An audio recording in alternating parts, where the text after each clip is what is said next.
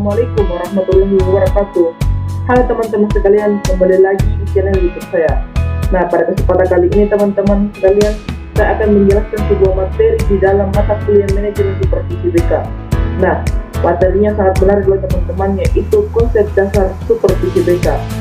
Nah, adapun pokok-pokok pembahasan yang akan saya bahas di dalam video kali ini, yang pertama, satu, pengertian. Kedua, tujuan fungsi dan tujuan. Ketiga, objek dan supervisi BK, ruang lingkup dan supervisi BK, dan yang terakhir itu jenis-jenis supervisi BK. Nah, untuk menambah pemahaman teman-teman lebih mendalam, yuk simak video selanjutnya. Pada bagian pertama materi kali ini, teman-teman sekalian, saya akan membahas mengenai pengertian dari supervisi BK. Adapun pengertian dari supervisi, bimbingan dan konseling merupakan suatu relasi antara supervisor dan konselor atau supervisi, di mana supervisor atau konselor senior memberi dukungan dan bantuan untuk meningkatkan mutu kerja profesional supervisi yang mampu pada suatu prinsip, yaitu mengakui setiap manusia mempunyai potensi untuk berkembang. Nah, adapun program-program kegiatan supervisi dalam bidang konseling itu, teman-teman sekalian, terdiri dari 4. Yang pertama itu konseling atau psikoterapi, pemaksaan, imposing. Yang kedua yaitu kritik negatif, kritisme, memperdayakan atau disempowering, pertemanan, prinsip, mencari kesalahan atau fault finding. Yang terakhir itu hukuman atau punishment, maupun untuk konselor yang point on konselor. Apapun fungsi dan tujuan di dalam supervisi di bidang konseling. Yang pertama yaitu di sini saya akan menjelaskan tujuan dari supervisi di bidang konseling. Nah, adapun tujuan dari supervisi BK di antaranya mengendalikan kualitas supervisor, tanggung jawab memonitor pelaksanaan kegiatan bimbingan dan konseling, dan hasil-hasilnya berupa kehidupan dan perkembangan siswa atau pelayan yang lebih baik. Untuk mengembangkan profesionalisme petugas BK atau konselor supervisor, BK membantu petugas BK atau konselor untuk tumbuh berkembang secara profesional. Nah, jadi di sini guru BK itu dibantu oleh guru BK yang senior atau koordinator di dalam guru BK yang terdapat di sekolah untuk berkembang berdasarkan keprofesionalnya teman-teman sekalian. Nah, untuk memotivasi guru BK atau konselor agar dapat secara berkelanjutan melaksanakan kegiatan-kegiatan BK, menemukan dan memperbaiki kesalahan dan kekurangan program bimbingan dan konseling. Dan peran supervisi bimbingan dan konseling bagi praktik konseling yaitu yang pertama, memfasilitasi kompetensi terapeutik dan supervisi dengan fokus perhatian pada hubungan terapis konselor. Yang kedua, untuk memastikan bahwa klien mendapatkan konseling yang paling efektif, tugas supervisor adalah memonitor layanan yang diterima oleh klien. Ketiga, kadangkala menjadi penengah bagi konflik yang terjadi antara terapis atau konselor dengan kliennya. Nah, yang keempat itu dalam intuisi dan agensi supervisi dijadikan sebagai alat untuk memastikan bahwa kebijakan-kebijakan klinis yang diberikan cukup membantu dan memberikan perlindungan dari pelayanan malah praktek. Dan yang terakhir itu mengenai tujuan dan peran supervisi BK, yaitu untuk konselor yang berpraktik pribadi, supervisi dapat memastikan bahwa konseling yang dilakukan oleh konselor tersebut telah teruji dan terevaluasi. Nah, adapun fungsi dari supervisi di bidang konseling, diantaranya koordinasi usaha-usaha individual, sekolah dan masyarakat, penyediaan kepemimpinan, perluasan pengalaman, dorongan terhadap usaha-usaha kreatif, penyediaan fasilitas perubahan, analisis terhadap situasi dan layanan BK, sumbangan kepada terintegrasinya teori dan praktek dan perintegrasian tujuan dan daya agar dapat menjalankan fungsinya seperti yang ditemukan di atas. Maka supervisor BK perlu memiliki kemampuan berikut: kemampuan dalam kepemimpinan, kemampuan dalam hubungan manusia, kemampuan dalam proses kelompok, kemampuan dalam administrasi personal, kemampuan dalam BK, dan kemampuan dan evaluasi.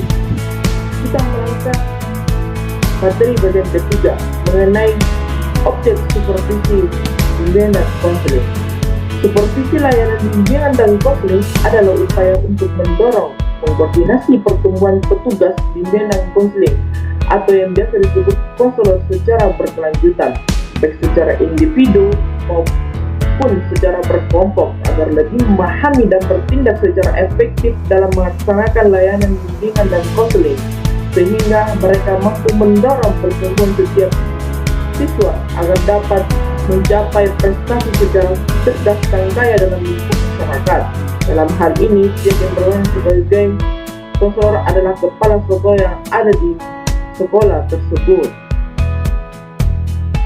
Lebih lanjut, mengenai objek supervisi BK ini teman-teman sekalian, banyak hal yang harus menjadi tanggung jawab kepada kepala sekolah atau sekolah dalam melaksanakan tugasnya sebagai seorang pemimpin di sekolah, mulai dari berperan sebagai konsultan dalam manajemen sekolah, memberi arah pada pengembangan kurikulum, teknologi pembelajaran atau bimbingan, sampai dengan pengembangan staf.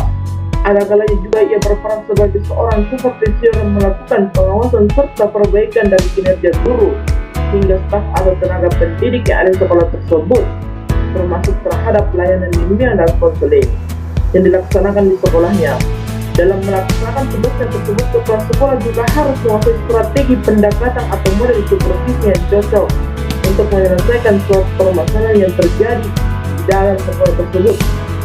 Kemudian sebagai supervisor, ia mampu meningkatkan kemampuan konselor setelah melakukan supervisi terhadap pelayanan atau konselor yang ada di sekolahnya. Nah, menurut buku panduan supervisi Dirjen PNTPTK tahun 2010 menyatakan bahwa ruang lingkup perencanaan supervisi akademik meliputi sejumlah hal yang saling berkaitan satu sama lainnya, yaitu terkait dengan yang pertama teman-teman sekalian, pelaksanaan kurikulum. 2. Persiapan pelaksanaan dan penilaian pembelajaran oleh guru. 3. Pencapaian standar kompetensi lulusan, standar proses, standar isi dan peraturan pelaksanaannya. 4. Peningkatan mutu pembelajaran. Peningkatan mutu pembelajaran ini merupakan perencanaan program supervisi, langkah awal dalam mengimplementasikan supervisi. Perencanaan yang baik akan menghasilkan program yang baik pula. Oleh karena itu, banyak hal yang perlu mempertimbangkan dalam perencanaan supervisi ini. Perencanaan program disandarkan pada tujuan supervisi, yakni memberikan bantuan profesional kepada guru guna meningkatkan kinerja guru. Kita telah sampai di materi penting akhir ya teman-teman sekalian. Nah, kita akan membahas mengenai jenis-jenis supervisi di dalam bimbingan dan konseling. Yang pertama itu supervisi umum, supervisi pengajaran, dan supervisi klinis. Nah, untuk lebih menambah pemahaman teman-teman sekalian, yuk simak video selanjutnya untuk mengetahui pengertian dari ketiga jenis supervisi tersebut. Nah, kita melangkah ke supervisi klinis. Supervisi klinis adalah supervisi yang difokuskan pada perbaikan pengajaran dengan melalui siklus sistematis dan tahap perencanaan, pengamatan, dan analisis intelektual yang insentif terhadap penampilan mengajar, sebenarnya dengan tujuan untuk mengadakan modifikasi yang rasional. Jenis keterampilan yang akan disupervisi atau diusulkan oleh guru atau calon guru yang akan disupervisikan dan disepakati melalui pengkajian bersama antar guru dan supervisor. Nah, yang terakhir itu supervisi pengajaran. Supervisi pengajaran ialah kegiatan-kegiatan pengawasan yang ditujukan untuk memperbaiki kondisi-kondisi baik personal maupun material yang memungkinkan terciptanya situasi belajar mengajar yang baik demi terciptanya tujuan pendidikan pula. Nah, itulah mungkin tadi teman-teman penjelasan saya mengenai konsep dasar supervisi BK.